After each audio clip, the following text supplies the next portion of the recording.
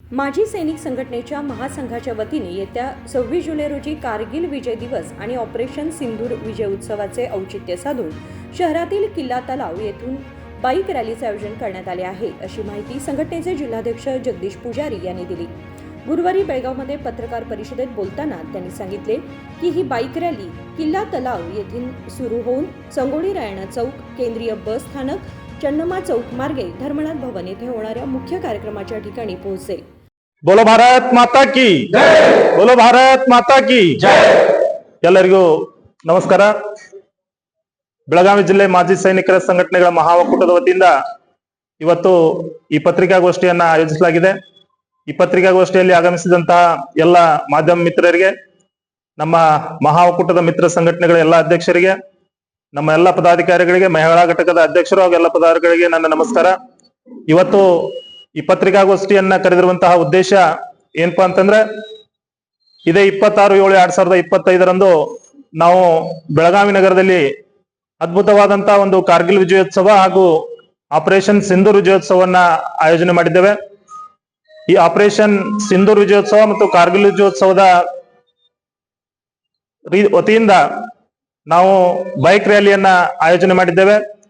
ಬೆಳಗಾವಿ ನಗರದ ಕಿಲ್ಲಾ ಸರ್ಕಲ್ ಹತ್ತಿರ ಇರುವಂತಹ ದುರ್ಗಾದೇವಿ ದೇವಸ್ಥಾನದಿಂದ ಬೈಕ್ ರ್ಯಾಲಿ ನಮ್ದು ಪ್ರಾರಂಭಗೊಂಡು ನಗರದ ಕೇಂದ್ರ ಬಸ್ ನಿಲ್ದಾಣ, ಸಂಗೊಳ್ಳಿ ರಾಯಣ್ಣ ಸರ್ಕಲ್, ಅಲ್ಲಿಂದ ಕಿತ್ತೂರು ರಾಣಿ ಚೆನ್ನಮ್ಮ ಸರ್ಕಲ್, ಕೃಷ್ಣದೇವರಾಯ ಸರ್ಕಲ್ ಮೂಲಕ ಧರ್ಮನಾಥ ಭವನ ತಲುಪುವುದು। ತದನಂತರ 10:30 ನಮ್ಮ ವೇದಿಕೆ ಕಾರ್ಯಕ್ರಮ ಪ್ರಾರಂಭವಾಗುತ್ತಿದ್ದು, ವೇದಿಕೆ ಕಾರ್ಯಕ್ರಮದಲ್ಲಿ ಮುಖ್ಯ ಅತಿಥಿಗಳಾಗಿ ಬೆಂಗಳೂರಿನಿಂದ ಯುವ ವಾಗ್ಮಿಗಳು ಮತ್ತು ಲೇಖಕರು ಆಗಿರುವಂತಹ ಕುಮಾರಿ ಹಾರಿಕಾ ಮಂಜುನಾಥ್ ಅವರಿಗೆ ಕಾರ್ಯಕ್ರಮದಲ್ಲಿ ಮುಖ್ಯ ಅತಿಥಿಗಳಾಗಿ ಪಾಲ್ಗೊಳ್ತಾ ಇದ್ದಾರೆ। ಅದರ ಜೊತೆಗೆ ಜಿಲ್ಲೆಯ ಸಚಿವರು, ಶಾಸಕರು, ಸಂಸದರು, ಜನಪ್ರತಿನಿಧಿಗಳು, ಸಾಕಷ್ಟು ಸಂಖ್ಯೆಯಲ್ಲಿ ಮಾಜಿ ಸೈನಿಕರು, ವೀರನಾರಿಯರು ಈ ಕಾರ್ಗಿಲ್ ವಿಜಯೋತ್ಸವದಲ್ಲಿ ಪಾಲ್ಗೊಳ್ತಾ ಇದ್ದಾರೆ। ಅದರ ಜೊತೆಗೆ ಇತ್ತೀಚೆಗೆ ನಡೆದಿರುವಂತಹ ಆಪರೇಷನ್ ಸಿಂಧೂರ್ನಲ್ಲಿ ನಮ್ಮ ಜಿಲ್ಲೆಯ ಒಬ್ಬ ಯೋಧರ ತಮ್ಮ ಕೈಯನ್ನು ಕಳೆದುಕೊಂಡಿದ್ದಾರೆ। ಆ ಯೋಧರಿಗೆ ನಮ್ಮ ಮಹಾ ಒಕ್ಕೂಟದ ವತಿಯಿಂದ ಸೈನಿಕ ರತ್ನ ಪ್ರಶಸ್ತಿಯನ್ನ ನೀಡಿ ನಾವು ಗೌರವಿಸ್ತಾ ಇದ್ದೀವಿ। ಈ ಕಾರ್ಯಕ್ರಮಕ್ಕೆ ಜಿಲ್ಲೆಯ ಎಲ್ಲಾ ತಾಲೂಕುಗಳಿಂದ ಸಾಕಷ್ಟು ಸಂಖ್ಯೆಯಲ್ಲಿ ಮಾಜಿ ಸೈನಿಕರು ಆಗಮಿಸ್ತಾ ಇದ್ದಾರೆ। ಶಾಲಾ ಮಕ್ಕಳ ಕಾರ್ಯಕ್ರಮಗಳಿವೆ, ಪೊಲೀಸ್ ಸಿಬ್ಬಂದಿಯವರು ಕಾರ್ಯಕ್ರಮಗಳನ್ನು ಹಮ್ಮಿಕೊಂಡಿದ್ದಾರೆ।